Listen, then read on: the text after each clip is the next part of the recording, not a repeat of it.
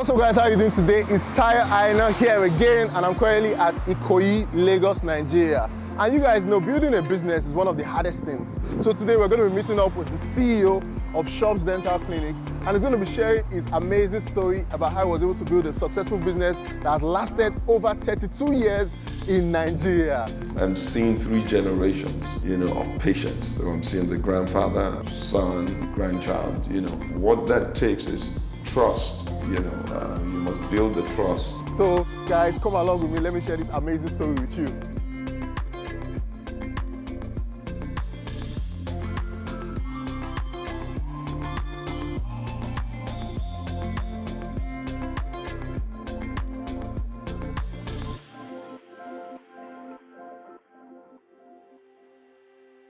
I am here with Mr. Bode Karunwi, who is the chairman of Shops Dental Clinic, which is the biggest dental clinic in Nigeria. And today he's going to be sharing his story with us about how he was able to build this remarkable company.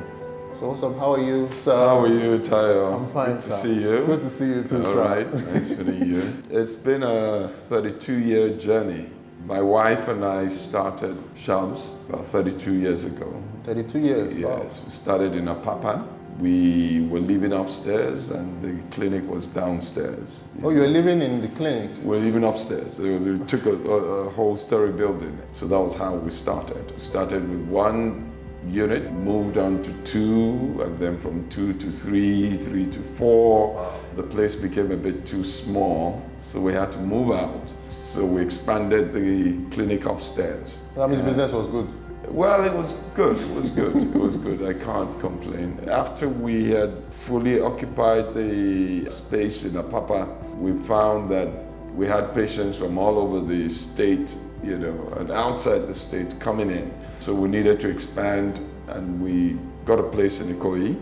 And this is where we are. Where we are currently. Ikoyi. So we moved in here about 14 years, 15 years ago. 14 years. 14, 15 years ago. And then this place also, became busy and fully occupied. Okay. And then the patients on the mainland axis in Ikeja were complaining, that it was difficult for them to access here. So we decided to open another branch in Ikeja. So we have 3 branches now, Apapa, Ikoyi, and Ikeja. We have about 80 members of staff, 12 dentists, and 4 specialists. Right now, my wife, she does mainly the administrative work. Oh, so it's a family business? Well, kind of. I mean, my wife does the administrative part of it. She's a dentist too, but she doesn't practice. Our children, are part of the business too. Although they are doing their own businesses too, but yes, they're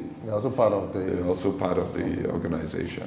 Okay, yeah. So that's how we, that's in a nutshell, started, and that's where we are now. What kind of background are you from? When I finished dentistry in LUTH, Lagos University Teaching Hospital, dental school, did my youth corps, of course, started a residency program. But I quickly realized that I wasn't really satisfied as equipment-wise, material-wise.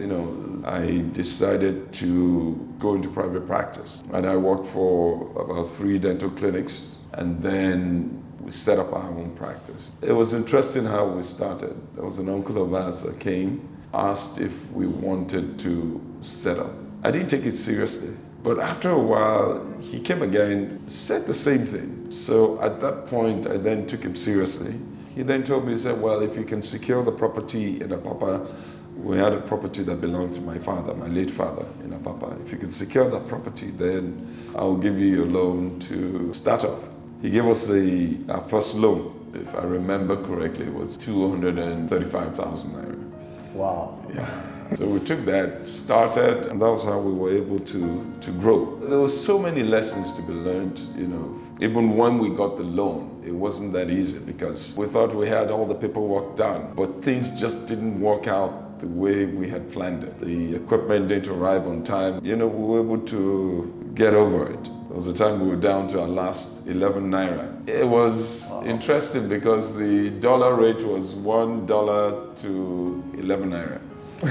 Then, so we used to, we were joking that we're down to our bottom dollar. Bottom dollar. Yes, which It was tough. It was tough then, But gradually, we were able to overcome many of the obstacles. I mean, there was a point in time where we took a loan and we had to pay 45%. 45% interest? Yes, interest rate.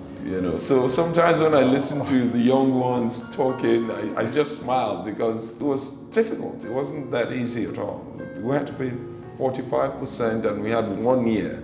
But God saw us through. You see, the interesting thing is that because we were able to do that, we pushed ourselves. I thank God for my wife. She has always been there in the background, making sure things work very well. We've had wonderful staff, So here we are. What is the secret behind building a company and having a successful company for that long?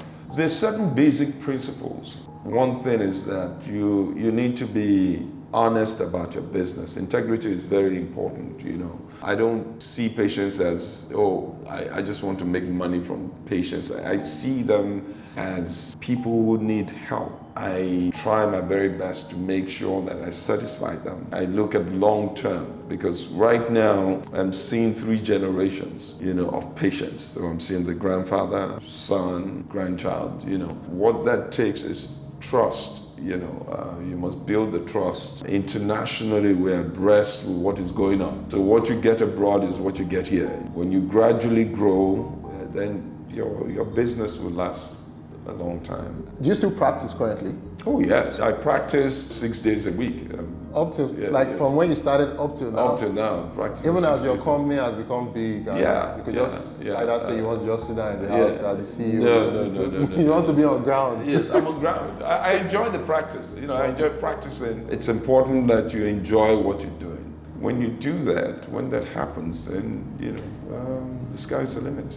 So did you at any time live outside Nigeria, like maybe in the UK or in the US? No, I've always been, what I do constantly is to make sure I keep myself up to date. So I go for a lot of conferences. So I'm sure probably maybe when you were young and when you started building your businesses, you probably had like friends who probably left the country.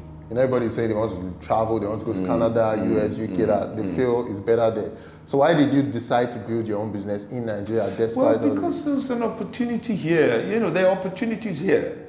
You see, it's we have our own peculiar challenges. In all that, there's still opportunities. Even right now, it's difficult to blame them because if you graduate and you're looking for a job and you can't get a job, it's a bit difficult. So you need to be determined. But even when you go abroad, there are challenges there too.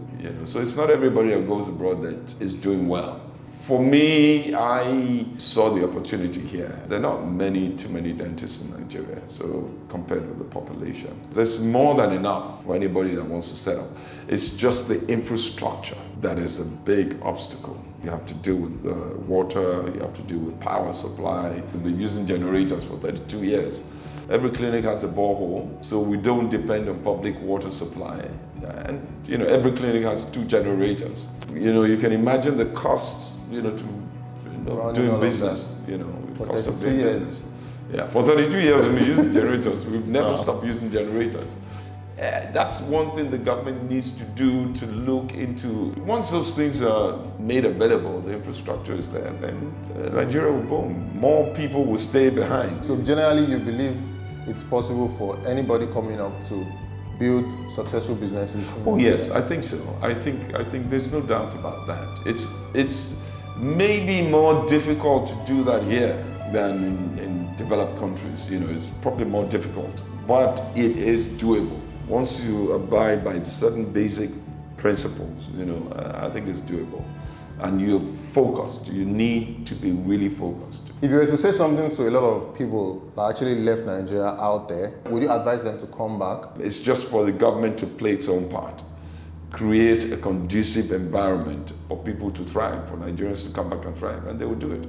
Nigerians are people who really love home. So I'm very optimistic when the time comes. And it's not a waste, it's a brain gain, not a brain drain. Okay, sir. So my final question for you is, what's your advice to a lot of young people out there who want to build a successful company like this? What's your main advice to them? Well, my advice to them is that they need to be focused, they need to be determined that they're going to succeed. The basic principles that govern businesses. Abide by those principles. Be honest about what you're doing. Be hardworking. The sky is the limit, Anybody that wants to do something here, there are opportunities here. But it's just that don't be in a hurry to make money. Once money is your priority in any business you want to do, it's not really going to last. You'll find out it's not going to last, So for the young ones, they need to just be determined that they're going to do it, they're going to do well, and they're going to, pace themselves and don't get discouraged. I think we have a younger generation now that is ready to explode. That's what we have now. That's what I see. We have a younger generation that is smarter than us. I can see people like you and all that. They're thinking, they have great ideas, but it's for the government now to make sure that they can put this together and give them a platform.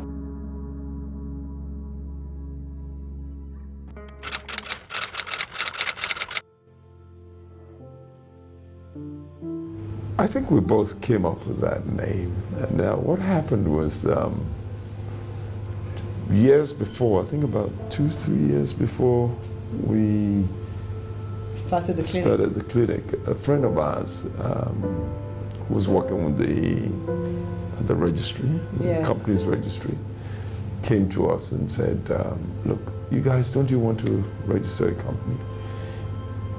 And we said, register a company? Okay. But she said to us, I'll take this. Yeah. She said to us, I'm on my way to Abuja right now. Okay. And I can register your company. What do you have a name? You said you wanted to. What's the name? And she was like, in 2 minutes, I want the name now. Just give me the name. So we thought about a name, and our first son's middle name is Musha Balaji, and we decided to call it. It's Shoba for short. Yes. Shoba for short. So we decided to just spell it in a confused way, just to confuse the spelling a bit. Yeah, so we just twisted it and just said SCHUBBS. Yes, that's it. So there's nothing to it, really. Actually decided in about 5 minutes. 5 minutes, Yeah, so that also happened. That's all I have for you guys today. If you like this video, please hit the like button and subscribe to my channel, and I'll see you guys in the next one. Peace.